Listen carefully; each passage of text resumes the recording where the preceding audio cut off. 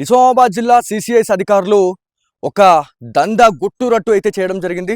అసలు ఏం జరిగింది, ఏం గుట్టురట్టు చేశారు, ఏ దందా అనేది మళ్ళీ వెలుగులోకి వచ్చింది అని చెప్పేసి చాలా మంది వ్యూవర్స్ అనుకుంటున్నచ్చు. సో దీంట్లో మనం సీన్లోకి దిగితే ఫ్యాక్టరీలో గుట్కా తయారు చేస్తూ ఇద్దరిని అరెస్ట్ చేశారని చెప్పేసి మనకి నిజామాబాద్ జిల్లా సిసిఎస్ అధికారులు వెల్లడించడం జరిగింది. సో నిజామాబాద్ జిల్లా శివారులో అక్రమంగా తయారు చేసినటువంటి గుట్కాను సిసిఎస్ పోలీసులు పట్టుకున్నారు. జన్నపల్లి రోడ్లో ఒక ఫ్యాక్టరీలో సిసిఎస్ ఏసీపీ నాగేంద్రచారి ఆధ్వర్యంలో గురువారం సోదాలు నిర్వహించగా అక్కడ గుట్కా తయారు చేస్తున్నట్లు గుర్తించారు.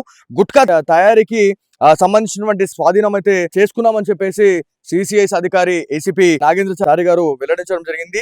సో దీంట్లో ఎవరైతే ఈ దందాకు పాల్పడిన వాళ్ళు ఎవరైతే ఉన్నారో, ఎవరైతే ఇద్దరు ఆసాన్ అమీర్ అనే నిందితులను అదుపులోకి తీసుకొని కేసు నమోదు చేసినట్లు మనకు తెలుస్తా ఉంది. సో దీంట్లో ఇంత గుట్టుచాటుగా ఈ గుట్కా దందా చేస్తా ఉన్నారు అనే దాని గురించి మనం మాట్లాడుకుంటే, ఫ్యాక్టరీలో ఒక పాన్ మసాలా ముసుగులో గుట్కా దందా చేస్తా ఉన్నారు, గుట్కాను తయారు చేస్తున్నారు అనే దాని గురించి పక్కా రెక్కీ చేసి ఒక ఇన్ఫర్మేషన్ తీసుకొని ఒక పథకం ప్రకారం వాళ్ళని పట్టుకోవడం జరిగిందని చెప్పేసి మనం మాట్లాడుతూ ఉన్నాం. సో ఇది ఓన్లీ తెలంగాణలోని కొన్ని జిల్లాలలో జరుగుతుంది అనుకుంటే మాత్రం పప్పులో కాలేసినట్టే. ఎందుకంటే ఈ గుట్కా దందా అనేది ప్రతి ఒక్క జిల్లాలో, ప్రతి ఒక్క పట్టణంలోని కొన్ని ఏరియాలలో ఏవైతే అంటే కొన్ని మారుమూల ప్రదేశాలు చూసుకొని ఎక్కడ ఎలాంటి వాళ్ళు అంటే జనసంచారం లేని ప్రదేశాలు ఏవైతే ఉన్నాయో అట్లాంటి ప్రదేశాలని చూస్ చేసుకొని మరి ఈ ఈ గుట్కా దందా అనేది వాళ్ళు చేస్తూ ఉన్నారు అనడానికి ఇది ఒక ఉదాహరణగా చెప్పుకోవాలి. ఎందుకంటే ఇట్లాంటి ఇన్సిడెంట్స్ని మనం ఎన్నో చూస్తూ ఉన్నాం.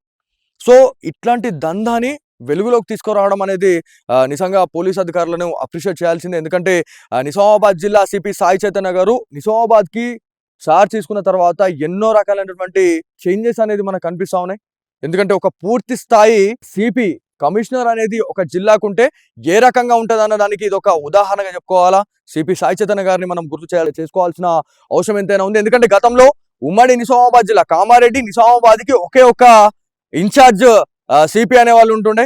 సింధు శర్మ గారు ఉన్నప్పుడు వాళ్ళు అక్కడ కామారెడ్డిని దాంతో పాటు నిజామాబాద్ ని టేకప్ చేయడం అనేది చాలా ఇబ్బందిగా మారిండే. కాకపోతే సిపి సాయి చైతన్య గారికి నిజామాబాద్ కి బాధ్యత వచ్చిన తర్వాత చాలా రకాలైనటువంటి మన మార్పులు అనేది చూస్తా ఉన్నాం. ఎందుకంటే నైట్ టైంలో ఒకవేళ 10 తర్వాత 10:30 తర్వాత ఎవరైనా రోడ్ల మీద తిరగాలంటే కూడా ఇవాళ భయపడతా ఉన్నారు. ఎందుకంటే ఎలాంటి రీజన్ లేకుండా బయట తిరుగుతున్నారు అని అనుకుంటే మాత్రం వాళ్ళపైన కేసులు నమోదు చేయడం కావచ్చు, దాంతోపాటు ఎవరైనా మైనర్స్ ఏమైనా ఉంటే వాళ్ళకి ఒక కౌన్సిలింగ్ ఇచ్చేసి పంపించడం, ఇట్లాంటి ఎన్నో మార్పులు అనేది మనం చూస్తా ఉన్నాం. సో ఈ దాంట్లో మెయిన్గా నిజామాబాద్ సిపి సాయి చైతన్య గారు అక్కడ చార్జ్ తీసుకున్న తర్వాత కొన్ని వాటిపైన వాళ్ళు ఉక్కుపాదం మోపుతా ఉన్నారని చెప్పేసి మనం మాట్లాడుతూ ఉన్నాం. ఏదైతే ఈ కల్తీ దందా ఏదైతే చేస్తా ఉన్నారో, కల్తీ దందా ఆయిలే కావచ్చు.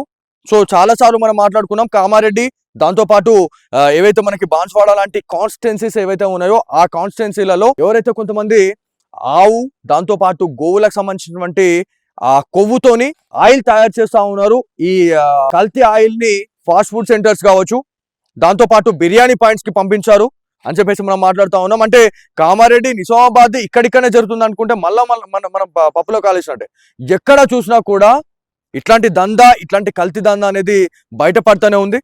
సో దీంట్లో ఏవైతే ఈ గుట్కా దందానైతే చాలా పెద్ద మొత్తంలో వాళ్ళు టార్గెట్ చేయడం జరిగింది. ఒకవేళ మళ్ళీ ఇంకెవరైనా దొరికితే డెఫినెట్లీ కటకటాల్లోకి తోస్తాం, ఖచ్చితంగా జైల్లో ఊచలు లెక్క పెట్టిస్తామని చెప్పేసి సిపి సాయి చైతన్య గారు ఇవాళ ఫైర్ అవుతున్నారు. సో దీంట్లో ఇంకా మీకు అంటే మీ ఏరియాలలో వీళ్ళంతా కూడా జనజీవన స్రవంతిలో కలిసిపోయి పనిచేసే వాళ్ళు కూడా ఒక గ్యాంగ్ అయితే ఉంది. ఎందుకంటే ఎవరు లేని ప్రదేశాల్లో చేయడం అనేది ఒక ఎత్తు అయితే, కొంతమంది మాత్రం జనజీవన స్రవంతిలో అంటే జనాలున్న ఏరియాలలోనే వాళ్ళు కలిసిపోయి వాళ్ళు ఇలా దందా చేసుకొని ఇలా ఇట్లాంటిది ఈ గుట్కా దందా ఏదైతే ఉందో ఒక జిల్లాకు కావచ్చు, ఇంకొక అంతర్ రాష్ట్రాలకు పంపించడం. సో అంతర్ రాష్ట్రాల నుంచి మన జిల్లాలకి, మన తెలుగు రాష్ట్రాలకి వాళ్ళు ఇది ఇంపోర్ట్ ఎక్స్పోర్ట్ చేయడం అనేది చాలా సర్వసాధారణంగా మారిపోయిందని చెప్పేసి కూడా మనం మాట్లాడుతూ ఉన్నాం.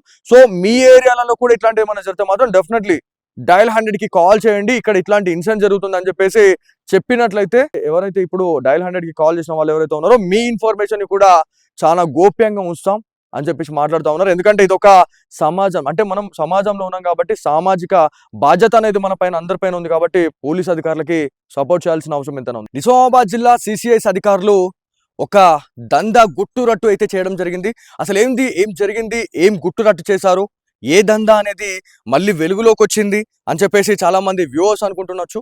సో దీంట్లో మనం సీన్లోకి దిగితే ఫ్యాక్టరీలో గుట్కా తయారు చేస్తూ ఇద్దరిని అరెస్ట్ చేశారని చెప్పేసి మనకి నిజామాబాద్ జిల్లా సిసిఎస్ అధికారులు వెల్లడించడం జరిగింది. సో నిజామాబాద్ జిల్లా శివారులో అక్రమంగా తయారు చేసినటువంటి గుట్కాను సిసిఎస్ పోలీసులు పట్టుకున్నారు.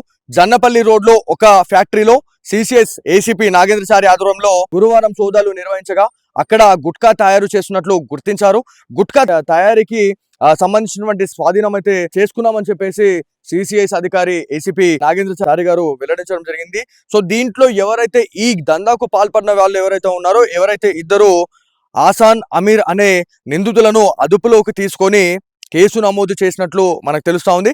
సో దీంట్లో ఏంది ఇంత గుట్టుచాటుగా ఈ గుట్కా దందా చేస్తా ఉన్నారు అనే దాని గురించి మనం మాట్లాడుకుంటే, ఫ్యాక్టరీలో ఒక పాన్ మసాలా ముసుగులో గుట్కా దందా చేస్తా ఉన్నారు, గుట్కాను తయారు చేస్తున్నారు అనే దాని గురించి పక్క రెక్కీ చేసి ఒక ఇన్ఫర్మేషన్ తీసుకొని ఒక పథకం ప్రకారం వాళ్ళని పట్టుకోవడం జరిగిందని చెప్పేసి మనం మాట్లాడుతూ ఉన్నాం. సో ఇది ఓన్లీ తెలంగాణలోని కొన్ని జిల్లాలలో జరుగుతుంది అనుకుంటే మాత్రం పప్పులో కాలేసినట్టే. ఎందుకంటే ఈ గుట్కా దందా అనేది ప్రతి ఒక్క జిల్లాలో, ప్రతి ఒక్క పట్టణంలోని కొన్ని ఏరియాలలో ఏవైతే అంటే కొన్ని మారుమూల ప్రదేశాలు చూసుకొని ఎక్కడ ఎలాంటి వాళ్ళు అంటే జనసంచారం లేని ప్రదేశాలు ఏవైతే ఉన్నాయో అట్లాంటి ప్రదేశాలని చూస్ చేసుకొని మరి ఈ ఈ గుట్కా దందా అనేది వాళ్ళు చేస్తూ ఉన్నారు అనడానికి ఇది ఒక ఉదాహరణగా చెప్పుకోవాలి. ఎందుకంటే ఇట్లాంటి ఇన్సిడెంట్స్ని మనం ఎన్నో చూస్తూ ఉన్నాం.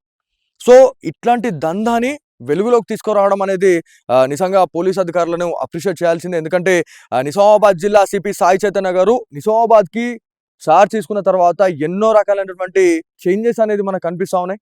ఎందుకంటే ఒక పూర్తి స్థాయి సిపి కమిషనర్ అనేది ఒక జిల్లాకుంటే ఏ రకంగా ఉంటుంది అన్న దానికి ఇది ఒక ఉదాహరణగా చెప్పుకోవాలా. సిపి సాయి చైతన్య గారిని మనం చేసుకోవాల్సిన అవసరం ఎంతైనా ఉంది. ఎందుకంటే గతంలో ఉమ్మడి నిజామాబాద్ జిల్లా కామారెడ్డి నిజామాబాద్కి ఒకే ఒక ఇన్ఛార్జ్ సిపి అనే వాళ్ళు ఉంటుండే. సింధు శర్మ గారు ఉన్నప్పుడు వాళ్ళు అక్కడ కామారెడ్డిని దాంతో పాటు నిజామాబాద్ ని టేకప్ చేయడం అనేది చాలా ఇబ్బందిగా మారిండే. కాకపోతే సిపి సాయి చైతన్య గారికి నిజామాబాద్ కి బాధ్యత వచ్చిన తర్వాత చాలా రకాలైనటువంటి మన మార్పులు అనేది చూస్తా ఉన్నాం. ఎందుకంటే నైట్ టైంలో ఒకవేళ 10 తర్వాత 10:30 తర్వాత ఎవరైనా రోడ్ల మీద తిరగాలంటే కూడా ఇవాళ భయపడతా ఉన్నారు. ఎందుకంటే ఎలాంటి రీజన్ లేకుండా బయట తిరుగుతున్నారు అని అనుకుంటే మాత్రం వాళ్ళపైన కేసులు నమోదు చేయడం కావచ్చు, దాంతోపాటు ఎవరైనా మైనర్స్ ఏమైనా ఉంటే వాళ్ళకి ఒక కౌన్సిలింగ్ ఇచ్చేసి పంపించడం, ఇట్లాంటి ఎన్నో మార్పులు అనేది మనం చూస్తా ఉన్నాం. సో ఈ దాంట్లో మెయిన్ గా నిజామాబాద్ సిపి సాయి చైతన్య గారు అక్కడ చార్జ్ తీసుకున్న తర్వాత కొన్ని వాటిపైన వాళ్ళు ఉక్కుపాదం మోపుతా ఉన్నారని చెప్పేసి మనం మాట్లాడుతూ ఉన్నాం. ఏదైతే ఈ కల్తీ దందా ఏదైతే చేస్తా ఉన్నారో, కల్తీ దందా ఆయిలే కావచ్చు. సో చాలా సార్లు మనం మాట్లాడుకున్నాం కామారెడ్డి, దాంతోపాటు ఏవైతే మనకి బాన్స్వాడ లాంటి కాన్స్టిట్యున్సీస్ ఏవైతే ఉన్నాయో ఆ కాన్స్టిట్యున్సీలలో ఎవరైతే కొంతమంది ఆవు దాంతోపాటు గోవులకు సంబంధించినటువంటి ఆ కొవ్వుతోని ఆయిల్ తయారు చేస్తా ఉన్నారు.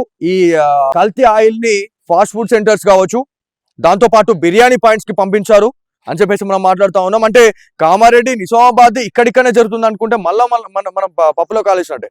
ఎక్కడ చూసినా కూడా ఇట్లాంటి కల్తీ దందా అనేది బయటపడుతూనే ఉంది. సో దీంట్లో ఏవైతే ఈ గుట్కా దందానైతే చాలా పెద్ద మొత్తంలో వాళ్ళు టార్గెట్ చేయడం జరిగింది. ఒకవేళ మళ్ళీ ఇంకెవరైనా దొరికితే డెఫినెట్లీ కటకటాల్లోకి తోస్తాం, ఖచ్చితంగా జైల్లో ఊచలు లెక్క పెట్టిస్తాం అని చెప్పేసి సిపి సాయి చైతన్య గారు ఇవాళ ఫైర్ అవుతున్నారు. సో దీంట్లో ఇంకా మీకు అంటే మీ ఏరియాలలో వీళ్ళంతా కూడా జనజీవన స్రవంతిలో కలిసిపోయి పనిచేసే వాళ్ళు కూడా ఒక గ్యాంగ్ అయితే ఉంది. ఎందుకంటే ఎవరు లేని ప్రదేశాల్లో చేయడం అనేది ఒక ఎత్తు అయితే, కొంతమంది మాత్రం జనజీవన స్రవంతిలో అంటే జనాలున్న ఏరియాలలోనే వాళ్ళు మన కలిసిపోయి వాళ్ళు ఇలా దందా చేసుకొని ఇలా ఇట్లాంటిది ఈ గుట్కా దందా ఏదైతే ఉందో ఒక జిల్లాకు కావచ్చు ఇంకొక అంతర్ రాష్ట్రాలకు పంపించడం. సో అంతర్ రాష్ట్రాల నుంచి మన జిల్లాలకి మన తెలుగు రాష్ట్రాలకి వాళ్ళు ఇది ఇంపోర్ట్ ఎక్స్పోర్ట్ చేయడం అనేది చాలా సర్వసాధారణంగా మారిపోయిందని చెప్పేసి కూడా మనం మాట్లాడుతూ ఉన్నాం. సో మీ ఏరియాలలో కూడా ఇట్లాంటి ఏమైనా జరిగితే మాత్రం డెఫినెట్లీ డయల్ 100కి కాల్ చేయండి, ఇక్కడ ఇట్లాంటి ఇన్సిడెంట్ జరుగుతుంది అని చెప్పేసి చెప్పినట్లయితే ఎవరైతే ఇప్పుడు డయల్ 100కి కాల్ చేసిన వాళ్ళు ఎవరైతే ఉన్నారో మీ ఇన్ఫర్మేషన్ కూడా చాలా గోప్యంగా ఉంచుతాం అని చెప్పేసి మాట్లాడుతూ ఉన్నారు. ఎందుకంటే ఇది ఒక సమాజం, అంటే మనం సమాజంలో ఉన్నాం కాబట్టి సామాజిక బాధ్యత అనేది మన పైన అందరిపైన ఉంది కాబట్టి పోలీస్ అధికారులకి సపోర్ట్ చేయాల్సిన అవసరం ఎంతైనా ఉంది.